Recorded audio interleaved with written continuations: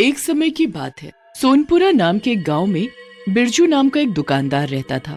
वो बहुत अच्छे से अपना जीवन बिता रहा था। रोज सुबह समय पर दुकान जाता और शाम को घर आ जाता। पूरा दिन उसका व्यस्त रहता क्योंकि वहाँ दूर दूर तक कोई दुकान नहीं थी। उसी गांव में न जाने कहां से एक शैतान आ गया और वो जब भी बिरजू जैसे भोले और ईमानदार लोगों को देखता उसको गुस्सा आता, क्योंकि उसको अच्छे लोग पसंद नहीं थे। पता नहीं लोगों को ईमानदार और अच्छा बनने से क्या मिलता है। जिंदगी भर बस रोते रहो और ठोकरें खाते रहो। इसीलिए मुझे शरीफ लोग पसंद ही नहीं है। अरे ये तो वही लाट साहब है जिसने मुझे लात मार के ड्राइवर की नौकरी से निकाल दिया था। तो क्या हुआ, मैंने मजबूरी में चोरी की। मैं कोई चोर थोड़े ना था। मेरे जमींदार बाप ने पैसे नहीं दिए तो मैंने कर ली चोरी जुआ खेलने के लिए। गलती तो सबसे होती है, पर इसने मेरी एक ना सुनी। आज तो मैं इस लाट साहब की औलाद को सबक सिखा कर रहूंगा। यही सही आदमी है मेरे लिए। इसकी जगह कोई शरीफ ज्यादा होता तो माफी मांग के गिड़गिड़ा रहा होता मालिक के पैर पकड़ के, पर यह आदमी बिल्कुल मेरी तरह है।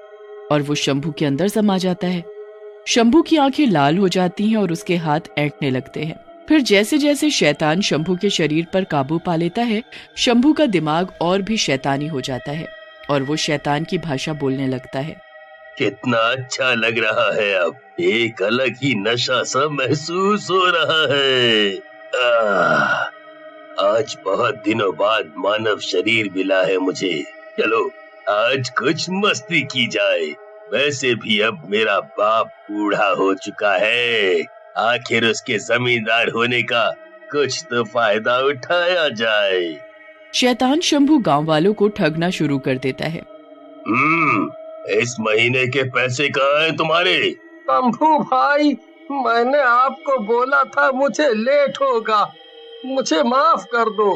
पैसे देने हैं तो अभी दो, और नहीं दे सकते तो तुम्हें मुझे 200 रुपए ज्यादा हर महीने देने होंगे। उसके बाद वो आगे बढ़ जाता है। भगवान हमेशा अपनी दया ऐसे ही मुझ पर बनाए रखे, बस जीवन सुखमय होगा। तभी बिरजू की दुकान पर भूषण आता है। क्या प्रार्थना हो रही है बिरजू सुबह सुबह? बस भाई, भगवान सबको खुश रखे, ऊपर वाले से यही प्रार्थना है। कुछ दूर से ये बातें शैतान शंभू सुन रहा होता है। तेरी प्रार्थना तो मैं जानता हूँ।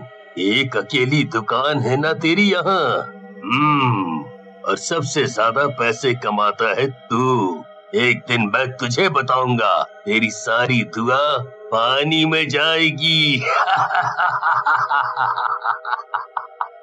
बिरजू वैसे तो अकेले रहता है, लेकिन उसको दुकान जाने में बिल्कुल देरी नहीं होती है। वो रोज सुबह अच्छे से उठकर घर की सफाई करता, उसके बाद पूजा करके खाना खाकर घर से निकलता है। वो मंदिर की तरफ जा ही रहा होता है, तभी एक गांव वाला भागे भागे उसकी तरफ आता है। अरे बिरजू भाई, जल्दी चलो, तुम्हारी दुकान में तो आग लग गई है, सब कुछ जलकर राख हो गया। जल्दी चलो बिरजू भाई, जल्दी। क्या बात कर रहे हो भाई साहब? ऐसा नहीं हो सकता, ऐसा नहीं हो सकता। उस गांव वाले के साथ बिरजू अपनी दुकान की तरफ भागते हुए जाने लगता है। पेड़ के पीछे छुपा शंभू शैतान ये सब देखकर बहुत खुश हो रहा होता है। बिरजू अपनी दुकान के पास पहुंचता है और जोर जोर से रोने लगता है। अरे मैं तो लुट गया, मेरा सब कुछ बर्बाद हो गया। अब मेरा जीवन कैसे चलेगा, मैं कैसे जी पाऊंगा? भगवान, ये तूने क्या किया? मैं तो तुझे कितनी पूजा करता था, याद से रोज तेरी सेवा करता था। ये सदमा बिरजू बर्दाश्त नहीं कर पाता। उसको लगता है उसका जीवन ही खत्म हो गया, इसलिए वो गांव की बड़ी नदी में जाकर छलांग लगा देता है, जिससे उसकी मृत्यु हो जाती है। फिर मरने के बाद उसकी आत्मा एक रूप ले लेती है। तभी वहाँ अचानक यमराज आ जाते हैं और वो उससे बोलते हैं, चलो बिरजू, अब इस दुनिया से जाने का वक्त आ चुका है, तुम्हें हमारे साथ चलना होगा। चलना होगा मतलब? कहाँ चलना होगा मुझे? और आप कौन हो? मैं यमराज हूँ, तुम अब मर चुके हो, इसीलिए मैं तुम्हें लेने आया हूँ। अब तुम्हें हमारे साथ चलना होगा। लेकिन जिसकी वजह से मेरी मृत्यु हुई, उसका क्या? उसके साथ क्या हुआ और उसने मेरे साथ ऐसा क्यों किया? मैंने तो किसी का कुछ नहीं बिगाड़ा। इस प्रश्न का जवाब मुझे कब मिलेगा? इन सवालों के जवाब तुझे पाने हैं तो मैं कुछ समय दे सकता हूँ। मैं सिर्फ ये बता सकता हूँ कि तेरा सामना एक शैतान से होगा। वो शैतान जो न जीते जी अच्छा रहा और न मरने के बाद अच्छा रहा। अगर तू उसे खत्म कर देता है तो तेरे जैसे बहुत से शरीफ लोगों की जिंदगी उस शैतान के हाथों खराब होने से बच जाएगी और तेरे पुण्य कर्म बढ़ जाएंगे। शैतान अपने असली रूप में दूर से यमराज और बिरजू की आत्मा की बातें सुन रहा होता है। मुझे हराएगा ये, मुझे खत्म करेगा बेसड्डी। बस एक बार ये यहाँ रुकने के लिए हाँ कर दे, फिर मैं इसको बताता हूँ मैं हूँ कौन। मुझसे पंगा लेना तो बहुत भारी पड़ेगा इसके लिए। लेकिन यमराज जी, मैं ये जानना चाहता हूँ कि आखिर वो शैतान बना कैसे? यमराज बिरजू को शैतान की कहानी बताने के लिए बीते दिनों में जाते हैं। जिंदगी भर तूने लोगों के खून पसीने की कमाई लूटी है, पर तू ये भूल गया इन पैसों का मरने के बाद कोई काम नहीं है। ये पैसे तुम यहीं कचरे में फेंक दो। ये पैसे तुम अंदर नहीं लेकर जा सकते। ये मेरे जीवन भर की कमाई है, मैं इसको ऐसे जमीन पर छोड़कर नहीं जा सकता। मैं इन पैसों को लेकर ही अंदर जाऊंगा। मैंने पूरा जीवन इसमें बिता दिया, तो मैं इसको छोड़कर अंदर कैसे आ जाऊं? अंदर सिर्फ कर्मों का फल मिलता है, पैसे कोई मतलब नहीं रखते। अगर बिना पैसों के अंदर जाना है तो मैं इस दुनिया में ही ठीक हूँ, मुझे नहीं जाना अंदर। उसके बाद हमने उसको यहाँ छोड़ तो दिया, लेकिन उसने मरने के बाद भी लोगों को परेशान करना नहीं छोड़ा। अब तुम देखो तुम्हें क्या करना है और किस तरह शैतान को सबक सिखाना है।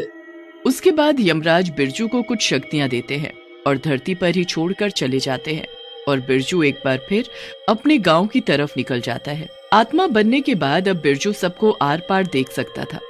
बिरजू कुछ दिनों तक गांव में घूमता रहता है और उस शैतान का पता लगाने की कोशिश करता है। एक दिन वो देखता है कि शंभू शैतान किसी को बुरी तरह पीट रहा है। बिरजू ये सब देखकर समझ जाता है कि ये वही शैतान है और इसने अपना मकसद पूरा करने के लिए शंभू पर कब्जा कर लिया है।